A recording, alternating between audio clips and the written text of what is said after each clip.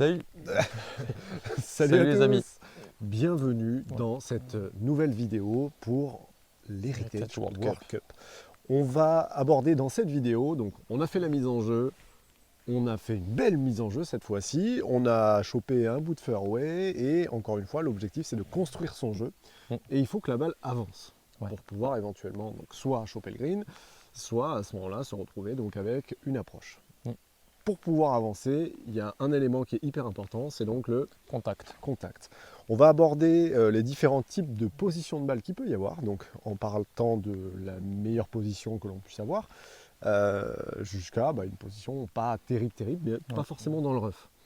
L'idée, c'est surtout d'essayer de voir comment on construit un bon contact, quels sont les éléments à prendre en compte et comment, par la suite, on peut arriver à parfaitement contacter la balle. Ouais, en fait, c'est réussir à, en fonction des situations et des lives, vous allez le voir, qu'on va construire une intention précise avec comme objectif le contact, puisque c'est lui qui nous permettra d'être dans le grosso modo, dans la plus grosse quantité de coups réussis. C'est-à-dire que tout à l'heure, dans une autre vidéo, tu as parlé du nombre de pourcentage de réussite des coups. On sait que 10% sont très réussis, 80% on va dire moyennement et 10% sont pas bien, quoi, pas bon. Généralement, c'est ça, c'est lié au contact en fait. C'est lié au contact. Si on veut être dans les 80% de coups plutôt bien réussis, il vaut mieux essayer d'assurer une chose, le contact. Ensuite, il y a la trajectoire qui vient ensuite, mais déjà le contact, c'est la priorité sur le parcours. Et quand on vient sur le terrain pour jouer et être performant, s'il n'y avait que des bons contacts, on est sûr à la fin de la partie, finalement, on n'est pas loin de la vérité. C'est ça. Et finalement, les 80% de coups moyens sont plutôt des bons coups de golf finalement. Exactement. C'est ça.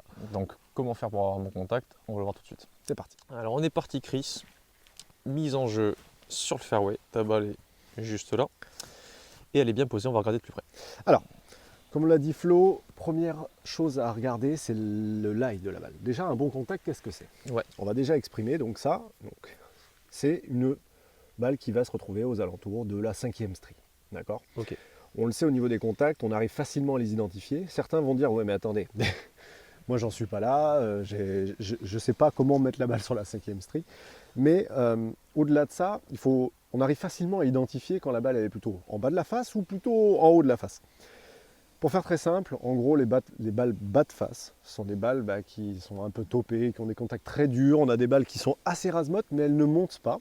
Et dans le cas inverse, quand elles sont prises un peu trop hautes sur la face, c'est que il y a déjà une grosse partie du club qui est dans le sol. On se rapproche de la gratte. C'est ça. Donc l'objectif, là, ça va être d'identifier là. Là, on peut voir que sous la balle, il n'y a pas trop de matière. Donc lorsque je pose le club, on peut voir que la balle se retrouve naturellement au niveau du sol. Donc pour le coup, si je veux pouvoir faire monter l'équateur de la balle plutôt sur le milieu de la face, il va falloir que mon club glisse impérativement sur le sol, voire commence à toucher le sol d'une manière générale. Donc déjà dans la recherche du coup d'essai, il va falloir donc éviter les coups qui restent au-dessus du sol. On va aller chercher des contacts glissants, quitte à faire des petits niveaux, très légers, bien évidemment qu'il faudra remettre. Mais déjà, ça c'est la priorité absolue lorsque vous arrivez donc, sur ce type de coup de golf. Donc là, j'ai fait un coup d'essai, on voit que le club a bien glissé. Ça me permet de prendre la température aussi pour savoir clairement si j'ai une balle plus haute ou plus basse que les pieds. Mais la recherche, du coup, était dans ce style-là. Donc là, coup d'essai super important. On a déjà privilégié un bon contact. On va confirmer. C'est parti. Ok. Elle est incroyable. Donc c'est un bon coup de golf. Génial. Quasiment au bout de green. Et là, on peut voir que je suis allé chercher profondément, un peu plus profondément, puisque la balle est posée donc au niveau 0. Là, elle n'était pas trop portée, elle était à même le sol. Donc il fallait que j'aille chercher un petit peu plus bas. Alors juste pour info, la balle était où? La balle était là. Parfait. Il y a du monde derrière, on va peut-être les laisser taper. On va laisser passer les gens. Et elle est parfaite. Oh, magnifique. Magnifique. Oh, bien claqué. Elle est incroyable. Parfait. Ok Chris, seconde situation, donc là on l'a vu sur le fairway, tu essaies de prendre quand même un niveau franc, évidemment après la balle. On va remettre juste après, bien évidemment. Seconde situation, la balle est dans le rough, le pré-rough. Pas pareil là. Regardez, il y a de la matière sous la balle. Quand je mets mon doigt, regardez, je peux aller facilement 1 cm, voire 2 cm en dessous. Nous, ce qu'on a dit, c'est qu'il nous fallait donc la balle plutôt sur le milieu de la face. Le problème, c'est que si j'exécute le même coup avec la même recherche, je vais me retrouver donc avec une balle très haute sur la face, d'accord? Et le contact ne sera pas optimal. Du coup, dans la recherche, je ne vais pas aller chercher le divot, je vais plutôt chercher quelque chose de glissant sans forcément rentrer dans le sol. Cependant, je fais très attention de bien faire en sorte que le club ne glisse pas que sur le haut de la pelouse. L'idée, c'est quand même d'aller chercher un club qui glisse bien. Plutôt sur le sol. Donc Trop profond. Donc je ne serai pas satisfait de ce coup-là. Je vais laisser d'alléger.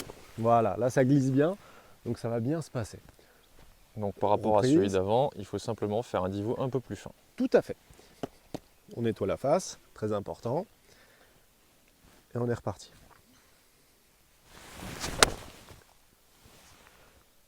Un chouïa clean, mais c'est parfait, c'était plus dans ton Un tout intention. petit peu bas de face, mais ça n'empêche que, au moins, voilà, le coup est assuré, le contact est assuré, la balle avance et elle va se retrouver donc vers le green. Il va manquer cependant un tout petit peu de distance, lié au fait que la balle était prise un tout petit peu en bas de la face. La même sur le Très fairway, elle était encore plus basse sur la face, et logiquement, celle-ci Là, était elle vraiment serait rase-moite. topée. Elle serait topée. Ok. Là, malheureusement, troisième cas de figure, on se retrouve avec une balle qui est bien enfoncée. On peut voir que même en mettant le doigt, mon doigt est au niveau quasiment de l'équateur. Donc là, pour le coup, il va falloir que je sois très franc dans le sol. Donc, on va aller chercher un tout petit peu plus profond. Pour essayer de faire ça, je vais faire attention. On va avoir une balle qui va tomber quand même un petit peu plus courte, qui va rouler davantage puisque la balle est plutôt enfoncée. Allez, c'est parti. Généreux dans le sol. Et on est parti. Donc là, on voit que la balle part plus plate. Lorsqu'elle va tomber, Elle va rouler elle va rouler. dans le trou. Bout de green, pas si mal. Mais vous voyez, donc j'ai bien fait attention d'aller chercher vraiment la base du sol. Très important. Ok, parfait Chris. Merci. Ok Chris. Donc ça s'est bien passé sur les coups de golf. Donc si je dois résumer par rapport à ce que tu viens de dire par rapport au contact, donc là on n'est pas dans la notion de technique, on est dans une notion d'intention un peu fine à adapter en fonction du lie. Si le lie est très ras, on essaye de glisser sur le sol en rentrant, on va dire, si on devait mettre des étages au niveau -1, si 0 était le sol. Tout à fait. Si la balle est un peu surélevée, on essaye d'être plutôt au niveau 0. Ouais. Et si la balle est vraiment enfoncée, on va plutôt aller chercher plutôt -1 voire -2. Oui, on va essayer d'assurer. À chaque fois, ce qu'il faut se dire, c'est que de toute façon, si vous voulez que vos balles montent d'une manière générale, il faut essayer de passer quoi qu'il arrive en dessous. Ouais. Bien évidemment, le truc, c'est que si on passe trop en dessous, le club rentre trop profondément, on va se retrouver avec une gratte qui sera peut-être trop importante. Bien évidemment, il y en a, ils vont privilégier les contacts balle-terre très importants. Mais ce qu'il faut se dire, c'est qu'en cas de mauvais contact ou de mauvais point bas, le fait d'alléger un petit peu les divots aussi permet de s'assurer de dire bon, si je rentre un petit peu avant, ben, au moins c'est ce qu'on voit. On voit souvent ça à la télé, ou même avec les bons joueurs de golf. Même s'ils font des grattes, ce sont des bébés grattes en fait. Ce sont des divots assez fins lorsqu'ils commencent à faire des divots. Et l'avantage d'avoir ça, c'est que même si c'est une gratte, on va perdre 10 mètres. Mais on ne va pas se retrouver avec une balle qui fait seulement 5 ou 6 mètres. Quoi. Ouais, c'est-à-dire que l'angle d'attaque, en fait, ça se travaille en fait, tout simplement. Ne serait-ce que par l'intention, la position de balle aussi. On n'en a pas parlé parce qu'il y avait du monde, donc on a dû aller assez vite. Mais par rapport à la dernière balle notamment, tu as dû la reculer un peu dans le stance. Oui, je l'ai déplacé légèrement plus vers l'arrière pour sécuriser le contact. D'une manière générale, si vous avez des lies qui sont assez gras, ou si voilà, d'une manière générale, vous ne vous sentez pas à l'aise avec vos contacts sur la journée, le meilleur moyen, on va dire, de rattraper un petit peu ce manque de confiance que vous avez en vous, c'est de déporter la balle plutôt vers le pied arrière. Comme ça vous sécurise légèrement les contacts. On va dire que c'est une sorte de rustine sur la journée. Ouais. Voilà. Donc dès qu'on a besoin d'aller chercher la balle sur la 5e strie en fonction du lie, on la recule un petit peu et on a une intention plus vers le sol. Si elle est parfaitement posée, au contraire, on essaie de plutôt de glisser sur le sol pour, au cas où, si jamais on fait une gratte, qu'elle avance quand même.